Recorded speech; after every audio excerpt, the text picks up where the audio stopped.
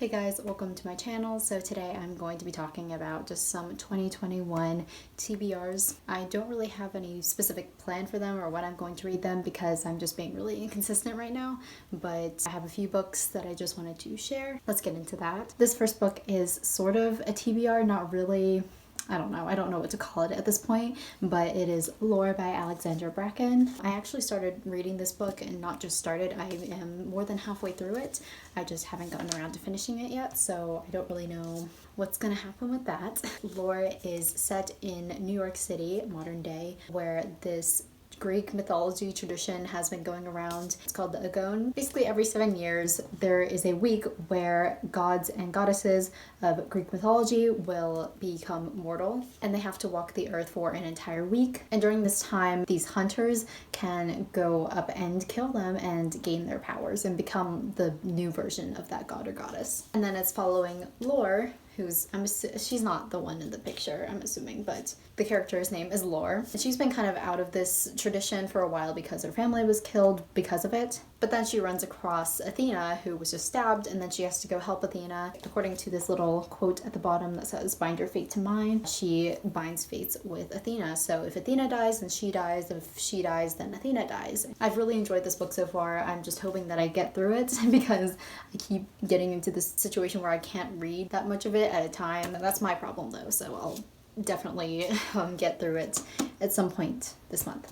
And then just going on to the next book that I bought first out of this entire list, and that is Chaos Walking: The Knife of Never Letting Go by Patrick Ness. If you couldn't tell by the cover and just the internet lately, this is going to become a film, a movie, at some point. I think it's this month, but obviously theaters aren't open because of COVID, so I won't be able to see it, but eventually I will, and I wanted to prepare myself by reading the book. This book is set in a world where you can hear other people's thoughts, and it's called noise. And noise is like a disease that ends up killing all the women in the world, and then all of a sudden Tom Holland finds Daisy Ridley, and she's the only woman that hasn't died because of this, and it progresses. I do not know that much about this book, and I think that's going to be a good thing because the page that's caught my attention the most is this one where it says coward all over it in handwriting. So that really attracted my attention because it was just calling to me, so I think that it'll be really fun. The next book that I got was Ready Player 2 by Ernest Cline.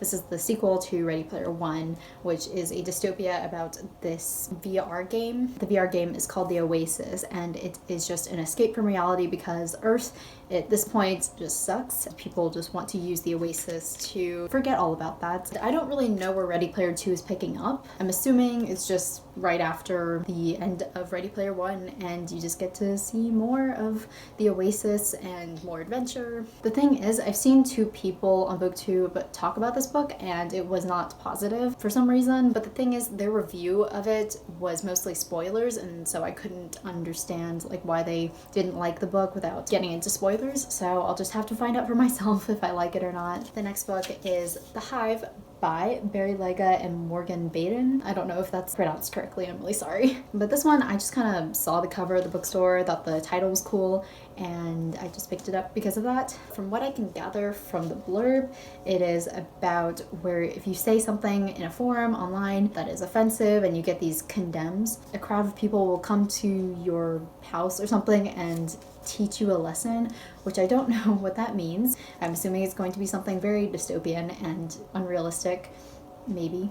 But I don't really know much about this book either, and I'm excited to go into it knowing nothing and not hearing anything about it. I mean, this book just kind of popped out of nowhere. I've never seen it until I got it, so very exciting. And finally, The Inheritance Games by Jennifer Lynn Barnes. I feel like I've seen this book everywhere, but I've never seen reviews for it, so I don't know what the general public's opinion of it is, but The Inheritance Games is about this girl who gets an inheritance from a random guy that she does not know anything about, and in order to claim the inheritance she has to go to the guy's mansion and collect it, I guess. But when she gets there, his grandchildren are there and they're the ones expecting the inheritance, but she gets it instead, so I'm assuming it's going to be some kind of like battle to get the money, and the amount of money that she would be inheriting is $46.2 billion.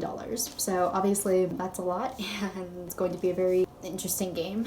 I feel like there's going to be violence in it. I hope there is, because that makes it 10 times more interesting, or 46.2 billion more times interesting. Yeah, don't know what to expect from this book either. That's actually the most thrilling part of this. And I also have some rereads to get to at some point, but I don't know when that's going to happen either. But that is it for today's video. Thank you so much for watching. I will see you in the next one. Bye.